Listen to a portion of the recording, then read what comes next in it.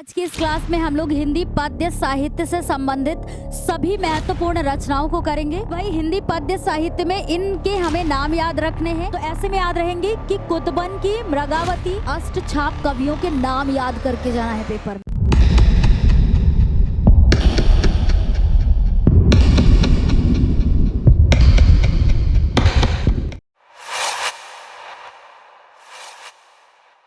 So hello everyone, this is Divyanshi. Welcome to Gyanoday के गुरुजी।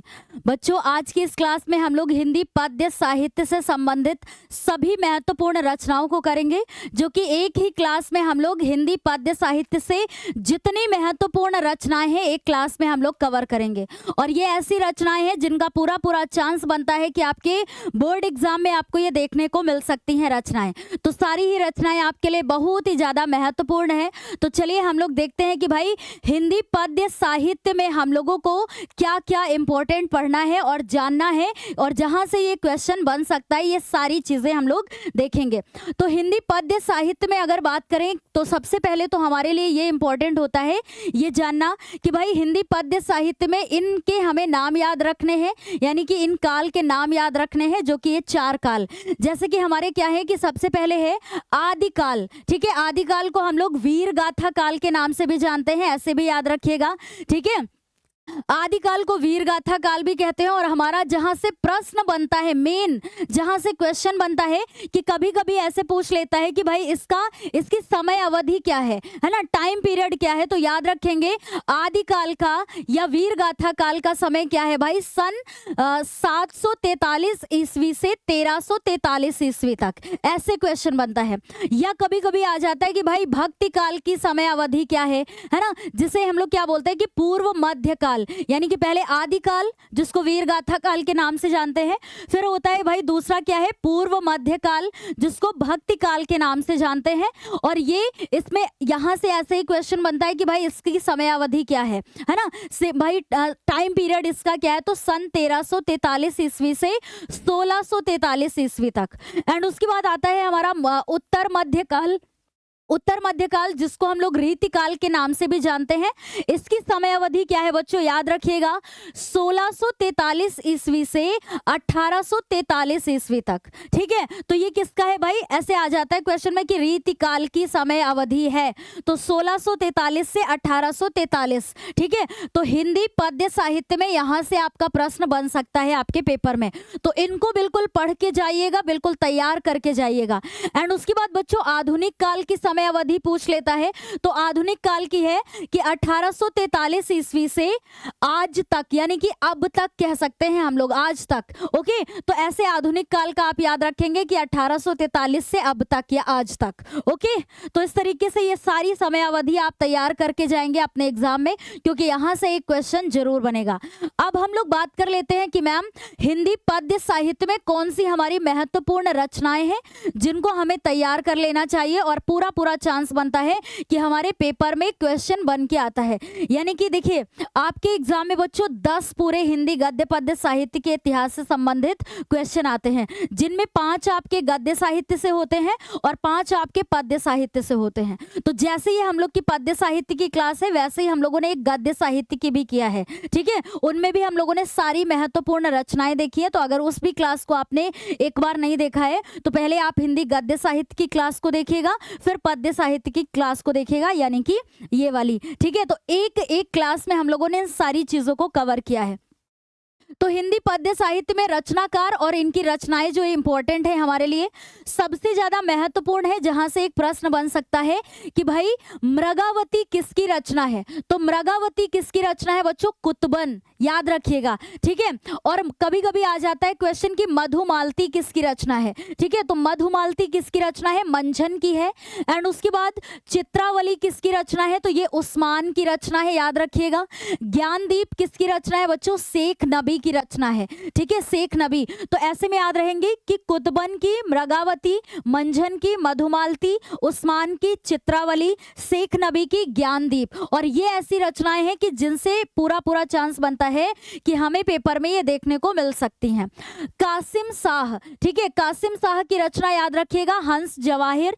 और नूर मोहम्मद की रचना याद रखिएगा, इंद्रावती। हमारे प्रीवियस ईयर में आया हुआ ऐसा क्वेश्चन है कि इंद्रावती किसकी रचना है, तो इंद्रावती किसकी रचना है बच्चों, नूर मोहम्मद की। ये पूछी जा सकती है आपके पेपर में।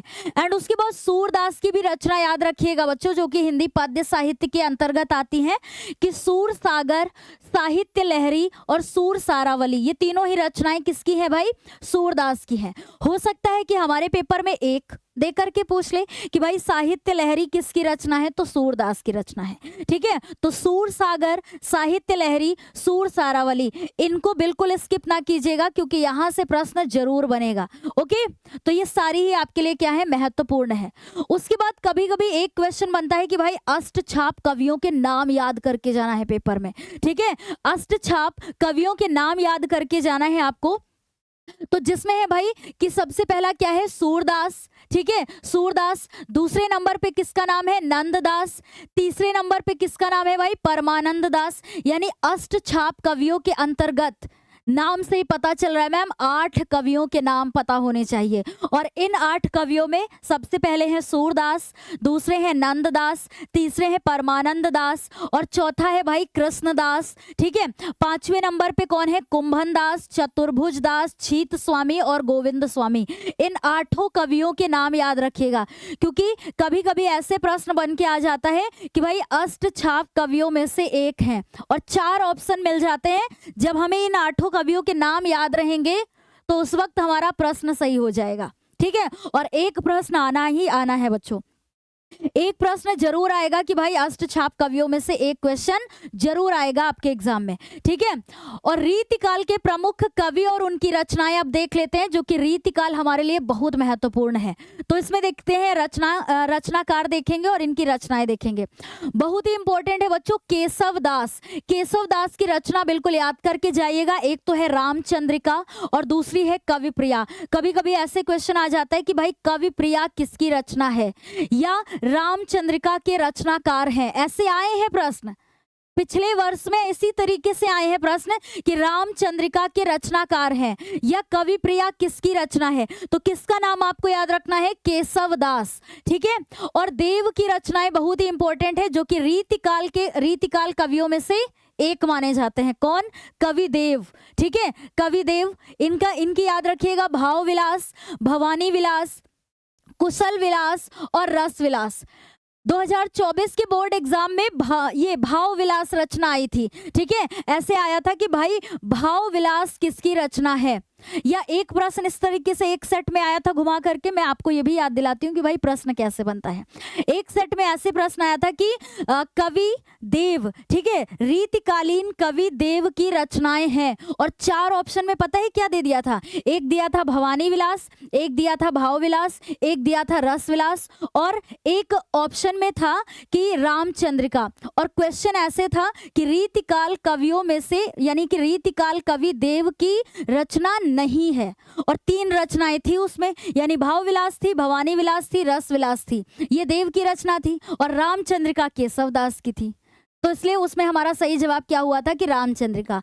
ऐसा प्रश्न 2024 में आया था। ठीक है, तो ये सारी रचनाएं पढ़ के जाएंगे। भूषण की याद रखिएगा बच्चों, शिवराज भूषण, शिव बावनी और छत्रसाल दशक। छत्रसाल दशक बहुत ही महत्वपूर्ण है, कई बार पेपर में आई हुई है कि भाई छत्रसाल दशक के रचयिता है, तो याद रखिएगा भूषण की ये रचना है। मतिराम की रचना याद रखिएगा बच्चों, रसराज, ललित ललाम। ललित ललाम किसकी रचना है या रसराज किसकी रचना है, मतिराम की है। ठीक है, एंड पद्माकर की याद रखिएगा, पद्माभरण है बच्चों, जगद्विनोद है और गंगा लहरी है। ये किसकी रचना है, पद्माकर की रचना है। ठीक है, बिहारी लाल की रचना क्या है भाई, बिहारी सतसई। याद रखिएगा कि बिहारी सतसई किसकी रचना है, बिहारी की, है ना, बिहारी लाल की रचना है। और एक चीज और याद रखिएगा बच्चों कि रीतिकाल कवियों के हम लोगों ने नाम भी देखे, साथ में उनकी रचनाएं भी देखी, है ना, जो कि महत्वपूर्ण थी। अब इतनी बात याद रखिएगा, यहां से एक क्वेश्चन आपका बन सकता है कि रीतिकाल की 3 धाराएं कौन कौन सी होती हैं, या रीतिकाल की कितनी धाराएं हैं, ये ऐसे प्रश्न बन सकता है। तो याद रखिएगा बच्चों कि रीतिकाल की 3 धाराएं होती हैं। पहली कौन सी होती है, रीतिबद्ध काव्य धारा, दूसरी होती है रीति सिद्ध काव्य धारा और तीसरी होती है रीति मुक्त काव्य धारा, है ना, क्योंकि यहाँ से भी एक क्वेश्चन इस तरीके से बन के आ सकता है आपके एग्जाम में। तो हम चाहते हैं कि हमारे बच्चे बिल्कुल लास्ट टाइम में इन रचनाओं को जरूर पढ़ करके जाएं। तो अभी से आप अगर इनको तैयार करेंगे, एक कॉपी या पेज पर लिखेंगे और हर दिन लगातार इनको थोड़ा थोड़ा समय देंगे तो ये आपको बिल्कुल याद हो जाएंगी। और पेपर में जाने से पहले भी इनको एक बार पूरा रिवीजन करके जाएं और यकीन मानिए कि इन्हीं में से आपको प्रश्न आपके एग्जाम में मिलेंगे। अब रीतिकाल की कवियों में अब ध्यान में रखिएगा कि भाई रीतिकाल के बारे में हमें ये चीज ध्यान में रखना है कि मिस्र बंधुओं ने रीतिकाल को अलंकृत काल कहा है। अब मैं आपको बताऊं कि यहाँ से प्रश्न कैसे बनेगा, मैं आपको बताती हूँ कि यहाँ से कैसे प्रश्न बनेगा। 2024 में ऐसे प्रश्न आया था कि रीतिकाल को अलंकृत काल किसके द्वारा कहा गया है, ऐसे प्रश्न आया था। कैसे आया था कि रीतिकाल को अलंकृत काल किसके द्वारा कहा गया है, तो आपको याद रखना है कि भाई मिस्र बंधुओं के द्वारा। और मैम मिस्र बंधु का नाम आए ना, तो हमें यह भी याद रखना है कि भाई मिस्र बंधु नाम के 3 भाई थे। आपने पहले भी पढ़ाया है कि मिस्र बंधु नाम के 3 भाई थे, गणेश बिहारी, श्याम बिहारी, सुखदेव बिहारी, और तीनों मिल करके ही रचनाएं करते थे, याद रहेगा। तो 2024 में ऐसा ही क्वेश्चन आया था कि भाई रीतिकाल को अलंकृत काल किसके द्वारा कहा गया है, तो मिस्र बंधुओं ने कहा है रीतिकाल को अलंकृत काल। और हो सकता है कि 25 में ऐसा प्रश्न आ जाए कि रीतिकाल को श्रृंगार काल किसके द्वारा कहा गया है, तो याद रखना मेरे बच्चों, विश्वनाथ प्रसाद मिश्र के द्वारा कहा गया है श्रृंगार काल।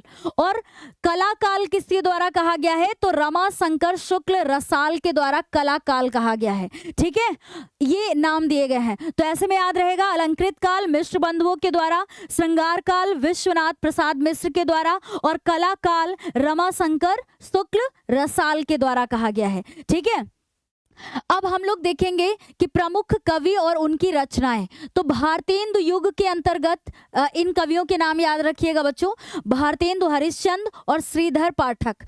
भारतेंदु हरिश्चंद्र की एक रचना है जो कई बार पेपर में पूछी हुई है, प्रेम माधुरी। ठीक है, और श्रीधर पाठक की है बच्चों कश्मीर सुषमा। ये कौन से युग के अंतर्गत आते हैं, भारतेंदु युग के अंतर्गत आते हैं। ठीक है, और द्विवेदी युग में इन कवियों के नाम याद रखेगा, मैथिली शरण गुप्त और अयोध्या सिंह उपाध्याय हरिऔध। मैथिली शरण गुप्त की एक रचना कई बार पूछी जाती है साकेत, जो कि इनका महाकाव्य है। ठीक है, और अयोध्या सिंह उपाध्याय हरिऔध की एक रचना है प्रिय प्रवास। ठीक है, प्रिय प्रवास, ये भी कई बार पूछा गया है। एंड उसके बाद याद रखिएगा कि छायावादी युग के अंतर्गत जयशंकर प्रसाद और महादेवी वर्मा। जयशंकर प्रसाद की एक रचना है भाई कामायनी। ठीक है, कामायनी, और महादेवी वर्मा का याद रखिएगा यामा। ठीक है, यामा भी इनकी बहुत ही महत्वपूर्ण है। तो ये भारतेंदु युग के अंतर्गत है बच्चों, ये द्विवेदी युग के अंतर्गत है, ये छायावादी युग के अंतर्गत है। और अब हम लोग बात करेंगे कि प्रगतिवादी युग। ठीक है, तो प्रगतिवादी युग में शिवमंगल सिंह सुमन और प्रलय सृजन। ठीक है, प्रलय सृजन यानी कि प्रगतिवादी युग के अंतर्गत शिवमंगल सुमन की एक रचना याद रखिएगा, प्रलय सृजन। ओके, कई बार आई हुई है पेपर में। और रामधारी सिंह दिनकर भी हमारे प्रगतिवादी युग के अंतर्गत आते हैं। ठीक है, तो प्रगतिवादी युग के अंतर्गत रामधारी सिंह दिनकर की एक रचना याद रखिएगा, उर्वशी। ठीक है, यानी कि मैम उर्वशी से भी याद रखेंगे कि भाई रामधारी सिंह दिनकर की बात आए तो ये हम हर वक्त आपको याद दिलाते हैं कि सन 1908 सिमरिया ग्राम जिला मुंगेर बिहार प्रकट हुए साहित्य जगत में दिनकर जी मानो तनुधार। बीए पास किया पटना से, ज्ञात हुआ कविता का सार, रचे रेणुका अरु रसवंती कुरुक्षेत्र बापू हुंकार। ऐसे करके आपको रामधारी सिंह दिनकर से कई सारी चीजें याद रहेंगी। ठीक है ना, इस तरीके से हमारे बच्चे तैयार करेंगे इसको। और फिर जैसे मैम हम लोगों ने सबसे पहले भारतेंदु युग का देखा, फिर द्विवेदी युग, फिर छायावादी युग, फिर प्रगतिवादी युग। वैसे ही बच्चों प्रयोगवादी युग के अंतर्गत अज्ञेय का नाम नागार्जुन और धर्मवीर भारती। ठीक है, इनके नाम याद रखिएगा। और इनमें इनकी रचनाएं, अज्ञेय की सबसे प्रसिद्ध रचना आंगन के पार द्वार पूछी जा सकती है, नागार्जुन की प्यासी पथराई आंखें, और धर्मवीर भारती की ठंडा लोहा और कनुप्रिया।